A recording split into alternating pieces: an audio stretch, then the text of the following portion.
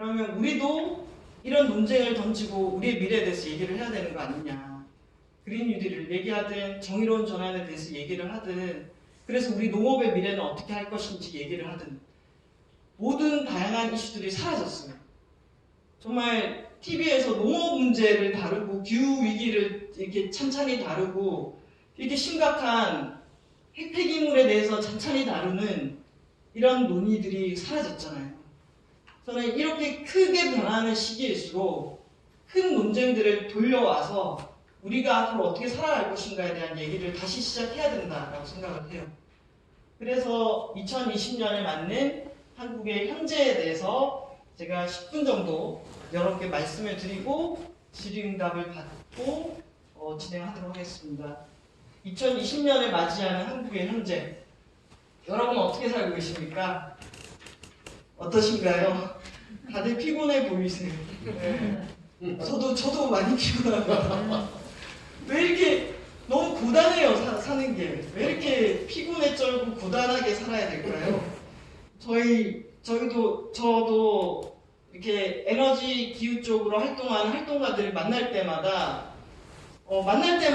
눈 밑에 다크서클이 이렇게 하나씩 생기고 사람들이 피부가 푸석푸석해지고 왜 이렇게 일이 다 나한테 다 덤벼드는 거지? 이런 얘기를 하면서 하고 있어요. 한 명씩 장렬히 전사하는 건가?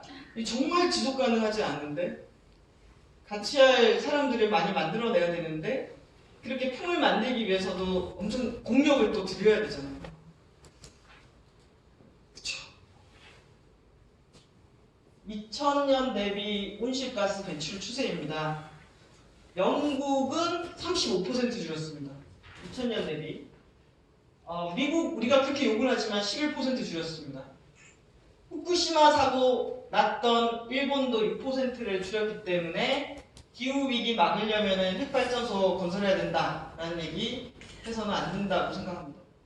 한국은 2000년 대비 47% 늘어났습니다.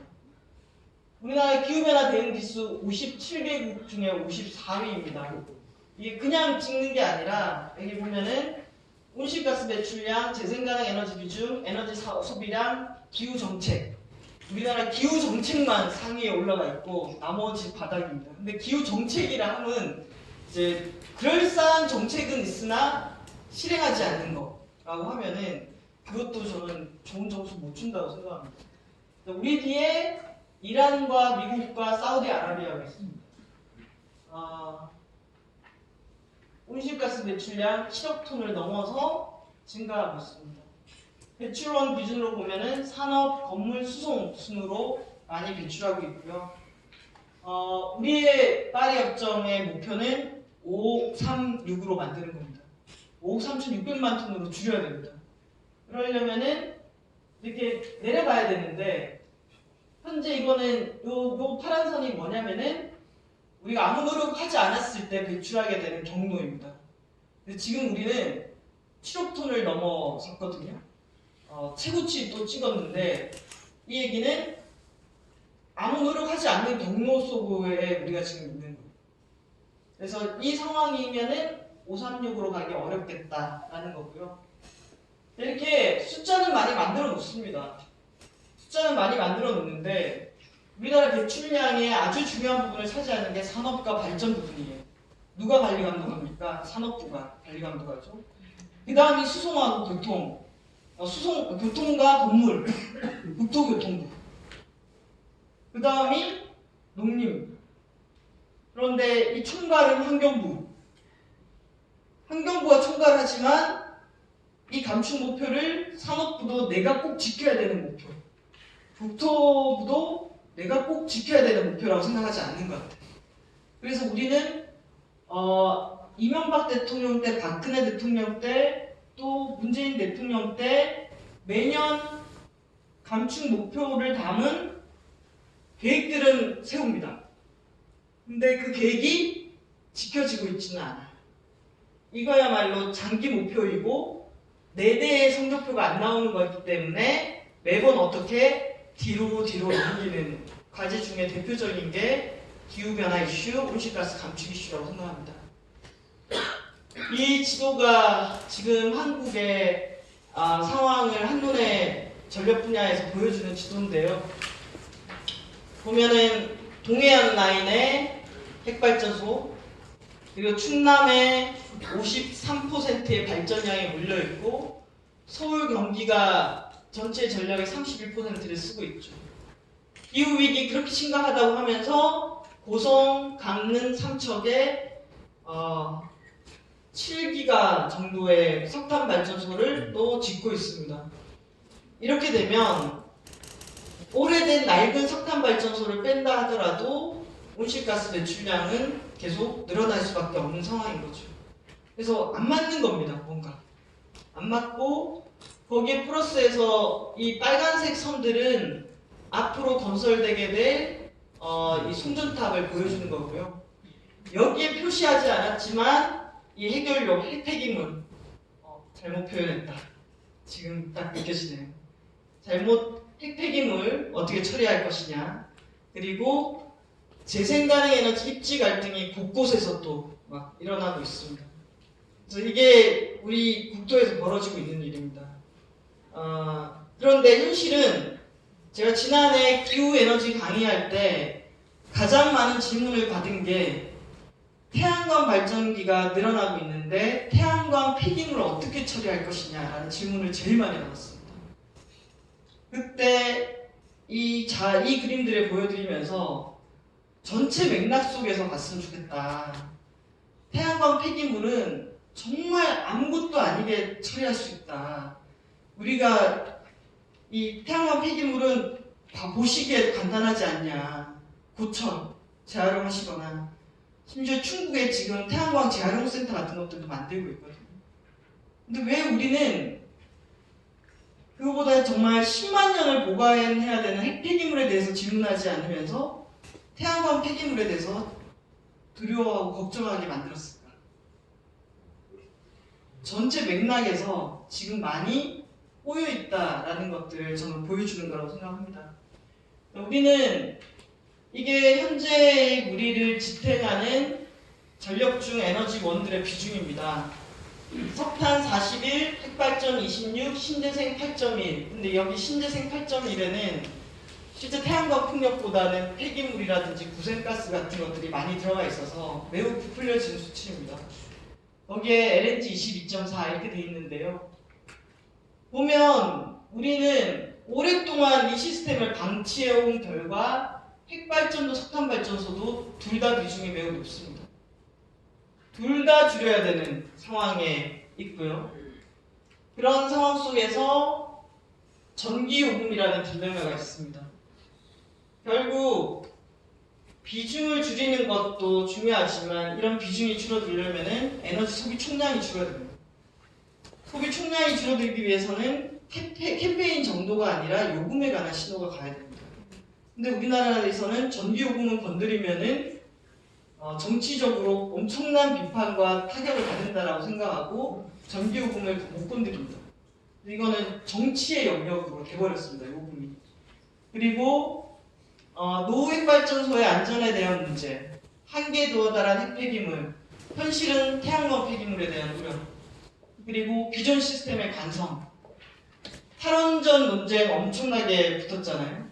근데 이렇게 보시면은 앞으로 2030년까지 신재생이라고 하는 거의 비중이 20%로 늘어나게 될 예정입니다. 그럼 나머지가 비중이 줄어들어야겠죠. 그 신호를 핵발전과 석탄한테 준 겁니다. 근데 이 여러분 1%가 돈과 일자리와 산업이 얼마나 왔다 갔다 하는, 이게 약간 피자판이라고 생각하시면 돼요. 피자를 조금 더 먹고 싶어하는 산업계의 경쟁이 있는 겁니다. 그래서 그 속에서 한 싸움이 일어난 거고 그 갈등이 벌어진 거예요. 근데 그 갈등이 없을 수 있을까요? 저는 당연히 생길 것 같아요. 당연히 생기는데 이렇게 생긴 것들을 어떻게 조정해 나가고 끝까지 밀고 나가는가가 저는 중요한 포인트라고 생각합니다. 지금 막 갈등하고 난리 났다고, 나 죽네, 우리 다 일자리 잃어요, 이런 판에서 이거 조정하는 거 안 되는구나 라고 멈추면 이게 더 최악의 상황이 되는 거죠. 갈등이 있습니다. 문제는 갈등을 어떻게 풀어가고 합의해 가는가에 있는 것 같아요. 그래서 멈추지 않고 가야 되는데 여러 가지가 여러 가지 쟁점화 버렸고 기존 시스템의 관성, 기존에 많이 가진 자들의 파워가 워낙 세다 보니까 이쪽 라인들은 거의 대응도 못하는. 그런데 이렇게 대응 못하게 된 데에는 여러 가지 요인들이 저는 같이 작동하는 게 아닌가라는 생각이 듭니다. 이게 우리에게 숙제예요. 멈추지 않고 밀고 나가야 되는 우리의 숙제다라는 생각이 들고요. 그 속에서 전기요금 문제가 매우 심각합니다. 특히 이런 얘기들, 전기요금에 들어가면은 여러 가지가 있습니다. 사업용 올려야지. 왜 가정용이야? 우린 누진제. 그래서 꼬여 있는 게 하나하나가 아니라서 이걸 조금이 아니라 전면적으로 좀 개편할 필요가 있고요.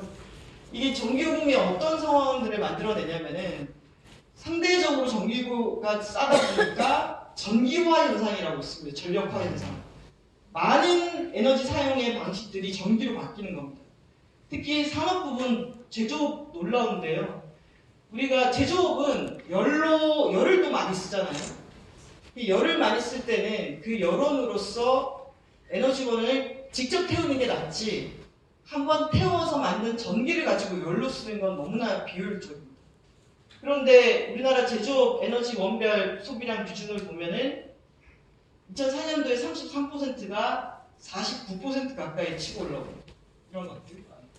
그리고 중국산 냉동 고추를 수입해서 전기로 건조시켜서 팔게 되면은 가격 경쟁력이 있습니다. 그러면서 실제로 국내산 동고추 생산 추이가 떨어지고 있습니다. 중국산 수입 냉동고추의 이 생산 추이는 늘어납니다. 그래서 우리는 싸게 주는 게 농민들에게 도움이 될 거라고 생각했는데 실제 농업용 전기를 어디가 많이 쓰고 있는지, 누가 혜택을 받고 있는지 이런 것들을 하나하나 들여다보고 바꿔야 될 부분들이 많다 이런 얘기를 드리고 싶고요. 비용을 너무 개인화하고 있습니다. 우리는 각자 노생이기 때문에 미세먼지 우리 집집마다 다 정수기.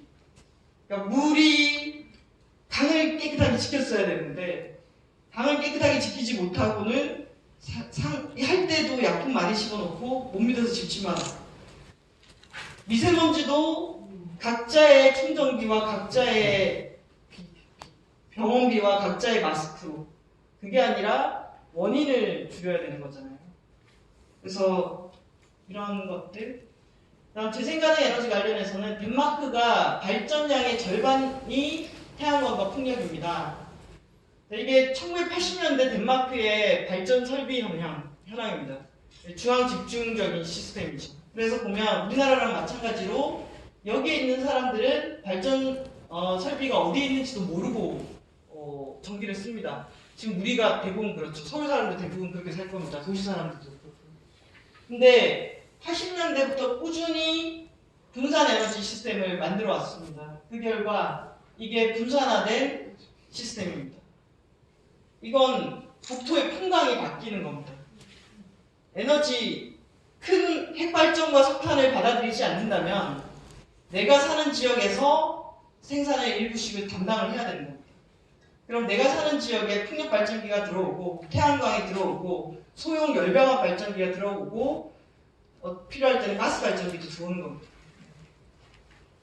그래서 전체 맥락, 우리의 풍광이 바뀌고 에너지 생산과 소비의 방식이 바뀌고 생산과 소비가 지역화된다. 우리의 지금 현재의 갈등은 핵발전과 석탄발전소를 빨리 없애야 된다라는 국민적인 동의가 저는 조금 약하다고 생각합니다. 이 약한 가운데서 풍력과 태양광이 들어오기 시작하니 이게 왜 들어오는데 거기에 또 들어오는 방식이 그 지역에 사는 주민들을 고려하지 않았을 때는 당연히 갈등을 더 촉발하는 방식으로 가게 됩니다. 그래서 정말 돌이킬 수 없는 에너지 전환을 하기 위해서는 에너지 전환 정부를 만들고 계획을 수립하고 지역이 단단해서 지역 안에서도 에너지 전환이 일어나야 하고 에너지 전환을 기반한 경제와 일자리가 발생이 돼야 되고 거기 플러스해서 에너지 전환에 대한 문화와 인식이 같이 가줘야지 에너지 전환이 어떤 정부가 오더라도 바뀌지 않을 것 같습니다. 이걸 지난 2년 동안 우리는 어디까지 만들었을까요? 이거 더 열심히 만들어야 되는데 라는 생각을 갖고 있습니다. 이렇게 될 가능성이 크지 않을까. 한국 상황처럼 가면은 다들 자식들을 위해서 열심히 일을 하고 돈을 많이 벌고 쌓습니다. 그런데 지금 이분이 살아갈 이 상황이 우리의 대기오염이라든지 핵발전소의 늘어난 개수라든지 또는 토양의 오염이라든지 폐기물의 양산이라든지 물이라든지 먹을거리의 안전이라든지 안 좋아지고 있는 건 사실이죠. 그래서 우리가 그동안 GDP를 중심으로 생각했다면은 이제 새로운 다른 지표가 필요한 것 같습니다.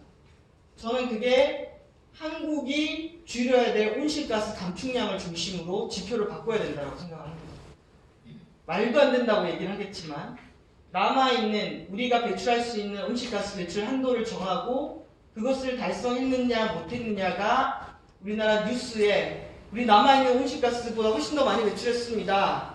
이게 중요한 지표로 얘기가 될 수 있을 정도로 올라가 줘야지 한국이 온실가스 줄이는 사회가 될 거라고 생각을 하고요. 그런데 이 문제는 지금 기후위기도 기후위기지만 전 세계적으로 누적된 불평등에 대한 문제 제기가 아주 강하게 일어나고 있습니다.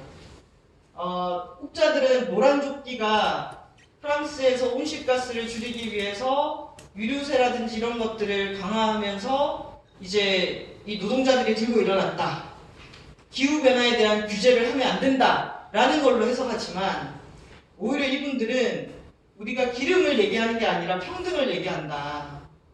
이 정부 들어와서 부자들은 더 살기 좋아졌는데 우리들에게 더 가혹한 상황이 됐다.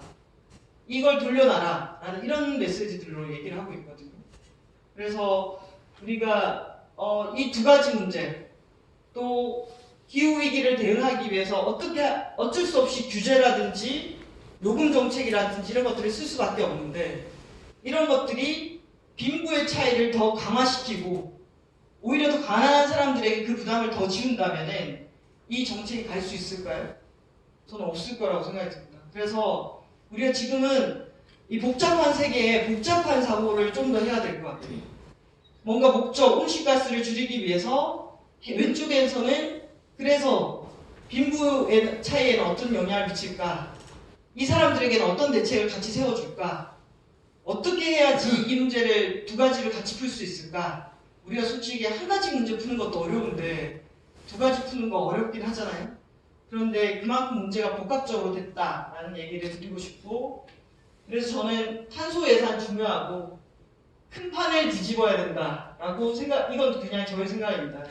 그리고 큰 판을 뒤집으려면은 이미 갖고 있는 기득권에 대한 문제를 제기하지 않고 요만큼의 제도 개선을 하는 것만으로는 큰 판을 뒤집을 수 없다. 그리고 시민들의 언어로 그린 뉴딜을 재해석하고 가난한 이들도 생존할 수 있는 생존 전략을 이제 고민해야 될 시기가 왔다. 2020년에서 2030년 사이에는. 그런 생각과 동시에 우리나라 인구 2.3명당 한 대의 자동차를 보유하고 있습니다, 여러분. 제가 지표 보면서 놀랐던 게 우리나라가 세계에서 15번째로 2천만 대를 돌파했어요. 근데 우리나라 국토는 면적은 세계에서 109위예요. 그러니까 이렇게 치면 얼마나 좁은 땅덩어리에 얼마나 집약적으로 자동차가 다니고 온실가스를 뿜어내는지 알 수가 있잖아요. 그러면 그 속에서 우리가 정책을 한다고 했을 때는 맨날 10% 솔직히 10%도 안 되는 영역으로 공용 자전거를 만들고 녹색 교통 운동을 하고 자전거 도로를 만들려고 노력했어요. 이건 정말 요만큼에서 캠페인으로 했던 거예요. 근데 이렇게 해서 넷째로 온실가스 줄일 수 있겠어요? 정말 도로 건설 예산과 주차장 건설 예산을 없애야 된다고 생각합니다. 내년 총선에서도 지방선거 하게 되면 주차장 건설에 대한 요구가 엄청나잖아요. 이대로 안 될 거다. 차선을 자전거에게 내줘야 된다고 생각합니다. 옆길 정도가 아니라 차선을 내주는 정도의 정책. 자동차 총량제 한 대 빠져야지 한 대 등록할 수 있게 한다든지, 신규 공항 건설 금지라든지, 이렇게 많이 이동해야지 돈 벌어 먹고 살 수 있는 게 아니라 지역에서도 살 수 있는, 이제 진짜 위기라면은 좀 정책의 판을 크게 만들어서 요만큼의 작은 게 아니라 크게 바꾸기 위한 기획들을 해야 되지 않을까라는 생각들을 하기 시작했고요. 보면 이런 데는 예산이 쓰이죠. 근데 그 예산을 누가 결정을 할까? 저는 우리나라가 이동권 투쟁한 지 13년 만에 휠체어 탑승 설비를 장착한 고속버스가 시범 운행되기 시작했습니다. 옥천에서 장애인 이동권 운동 7년 해가지고 처음으로 저상버스가 한 대 도입이 됐습니다. 최근에 저에게 막 귀에 꽂힌 한마디는, 어떤 사람들은 몇 마디 말로 단순하게 승리하는데 가난한 이들은 자꾸 복잡하게 패배하고 있다. 우리도 예산을 따기 위해서 처음에는 장애인 인권운동 또는 이동권 운동하는 분들이 복지부 예산 들여보다가 복지부가 아니었어, 기재부였어, 이렇게 가고 있거든요. 근데 이게 어떤 예산은 천억, 몇억 단위로 크게 막 생겨요. 근데 우리를 위한 예산은 몇억 거의 확보했다가도 마지막에 삭감됐다는 얘기를 들어야 되잖아요.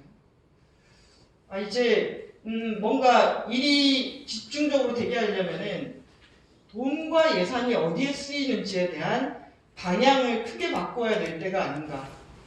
크게 바꾸는 기획에 대해서 얘기를 했으면 좋겠고, 그래서 기후위기와 불평등에 대응하는 그린 뉴딜이 저도 잘 모르겠어요. 어떻게 방향을 잡아가야 될지. 계속 생각을 합니다. 그런데 목적은 우리 같은 경우에는 온실가스, 불평등의 해소, 일자리 창출, 동시에 우리 사회는 일할 수 없는 사람들도 되게 많아요. 그러니까 일을 해야만 살 수 있는 기반이 주어지는 게 아니라 일할 수 없는 사람들도 함께 살아갈 수 있는 대비책을 같이 만들어야 된다라는 거. 그래서 온실가스를 줄이는 큰 우산 아래 사회를 좀 크게 바꾸기 위한 기획들을 해보자. 그리고 거기에 그냥 아이디어를 던지는 겁니다. 기후위기 시대가 왔을 때 노약자하고 장애인들도 같이 피난갈 수 있는 사회. 이번에 일본 태풍 와가지고 전선만 다 무너졌을 때 병원에서 이 전기료가 공급이 되어야지만 생존을 유지할 수 있는 사람들, 그런 사람들, 또 우리도 고령화되고 있잖아요. 그리고 휠체어 있는 사람들은 정말 재난 시기에 한국에서 큰 재난이 왔을 때 장애인들하고 고령자들은 몇 %나 살아남을 수 있을까요? 그런 거 안 돼 있잖아요. 그래서 하나 집이 기후 위기에 대응해야 될지도 몰라요. 내가 어차피 피난을 갔을 때 처음에 피난지는 내 집일 거 아니에요.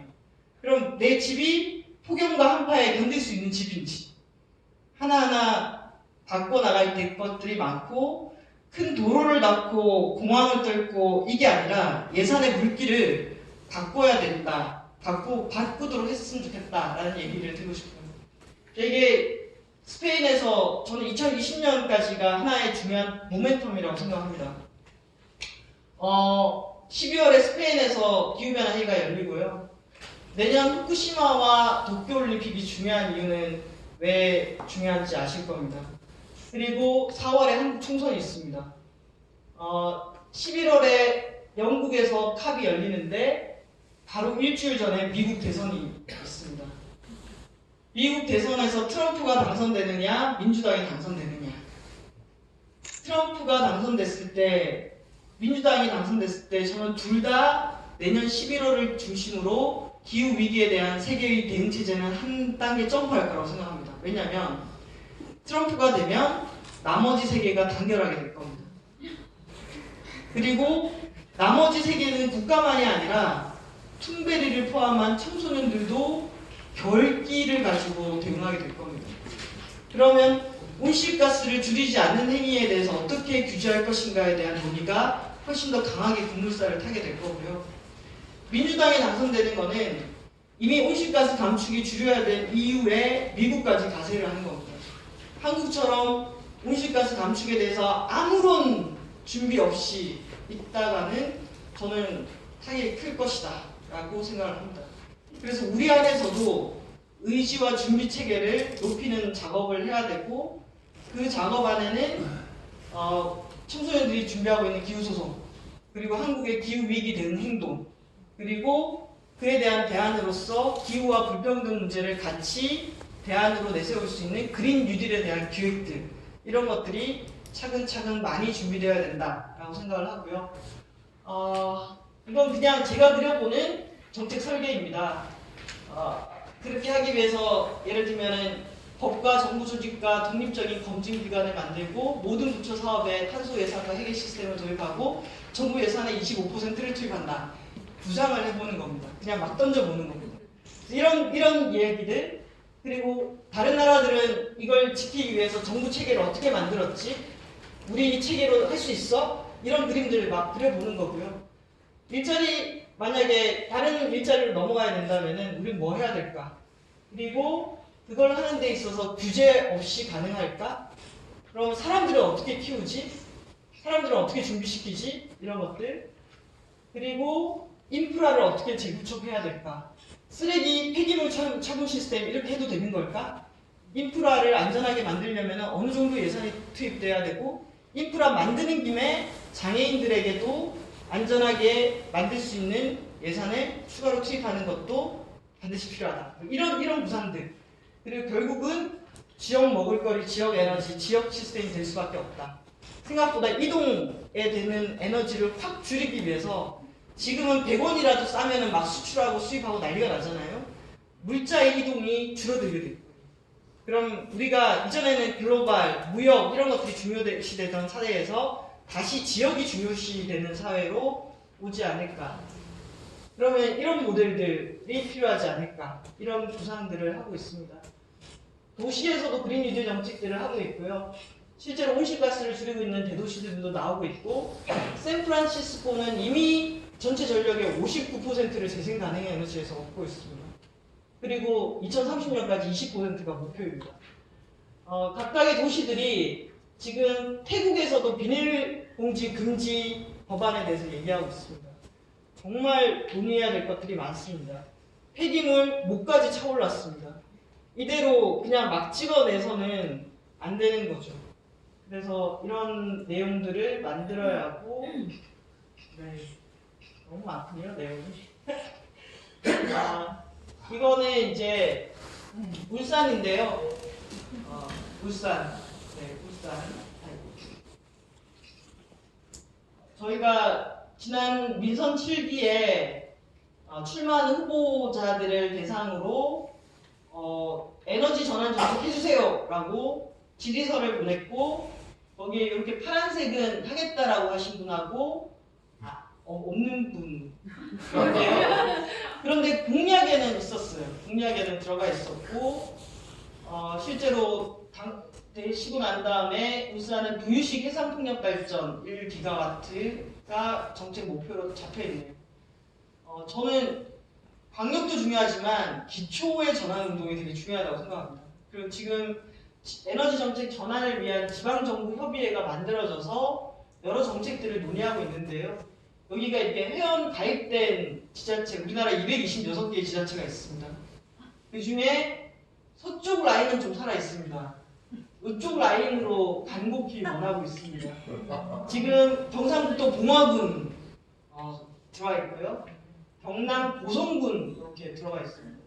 이 라인을 꼭 좀 채웠으면 좋겠습니다. 그래서 울산에서도 지역에서부터 이런 얘기들, 기획들 준비할 수 있는 공간을 만들었으면 좋겠다라는 생각이 들고요.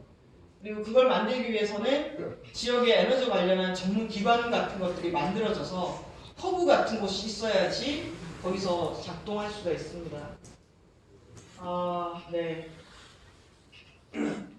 저도 그린 뉴딜이라는 개념을 한국 사회에도 소개도 하고 이게 한 정당이 독점한다고 해서 할 수 있는 게 아닙니다. 아까 보셨죠? 정부 조직 체계도 바꾸고 예산 체계도 바꾸고 지금까지 정책을 했던 방식도 바꿔야 되는 일들입니다. 그래서 다양한 곳에서 그린 뉴딜, 10년 전에 그런 모습이 아닌 그린 뉴딜, 우리의 언어로 풀어보는 그린 뉴딜 이런 것들을 만들기 위한 논의를 하고 있고요. 그래서 사회운동의 관점에서 그린 뉴딜을 정의했으면 좋겠다 이런 얘기를 하고 있습니다.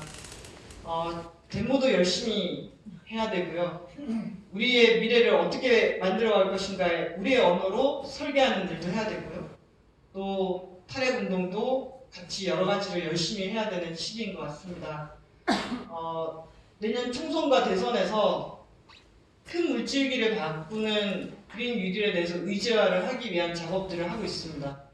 그래서 지금은 에너지 문제, 탈핵 문제, 기후위기 문제 있을 때 국회의원 300명 중에서 이 문제 가지고 찾아가서 전폭적으로 같이 얘기할 의원이 몇 명이나 있을까요? 저는 5명도 안 된다라고 생각합니다. 실제로 법과 제도를 바꾸면서 싸워야 됩니다. 그러면 총선에서 그린 뉴딜의 원칙, 오늘 제가 말씀드린 우리에게 남아있는 시간이 얼마 남지 않았다는 것에 대해서 같이 공감하고 움직여줄 수 있는 분들이 지역에서 당선되게 하는 것. 그리고 동시에 저는 한국 사회를 크게 바꿀 시간이 2년 정도 남았다고 생각합니다. 지금 그 2년 동안 이 논의를 던지고 무리있게 만들어서 2022년 대선에는 대선과 지방선거가 같이 만들어집니다. 그때 우리가 정말 앞으로 어떤 사회로 만들어갈지에 대해서 숙성된 무르익은 내용을 가지고 한국 사회를 바꿔보기를 원합니다. 벌써 대선 준비하시는 분들 있는 것 같아요. 캠프 꾸리고 계실 겁니다. 근데 늘 정책이 이런 식이었어요. 후보가 있고 그 주변의 전문가들 정책 만들고 그 후보가 당선이 되면 정책 만들었던 사람들이 장관이 되고 정책을 하는, 그래서 많은 사람들에게 고통을 안겨주는 이런 것이 아니라 우리도 무르익은 내용을 가지고 밑에서부터 우리 사회를 어떻게 만들고 싶은지 바꿔야 되는지에 대한 내용들을 담아서 한번 바꿔봤으면 좋겠습니다. 각자 도생으로는 답이 뻔하니까 저렇게 되면 안 될 것 같아요. 네. 그래서 그 논의를 시작했으면 좋겠다. 그런데 그게 위에서 이거야, 이게 그린 뉴딜입니다가 아니라 이번에는 우리가 정리할 겁니다. 라고. 근데 또 뭐 그린 뉴딜이 모든 걸 해결하는 만병통치약은 아닙니다. 크게 바꾸기 위한 정책의 하나의 수단인 거죠. 근데 그 수단에는 온실가스 감축과 사회의 변화와 불평등에 대한 문제를 같이 다루자라는 내용이 되게 중요한 것 같습니다. 오늘 제가 언제 여러분을 또 뵐지 모르잖아요. 그래서 진짜 그냥 단시간에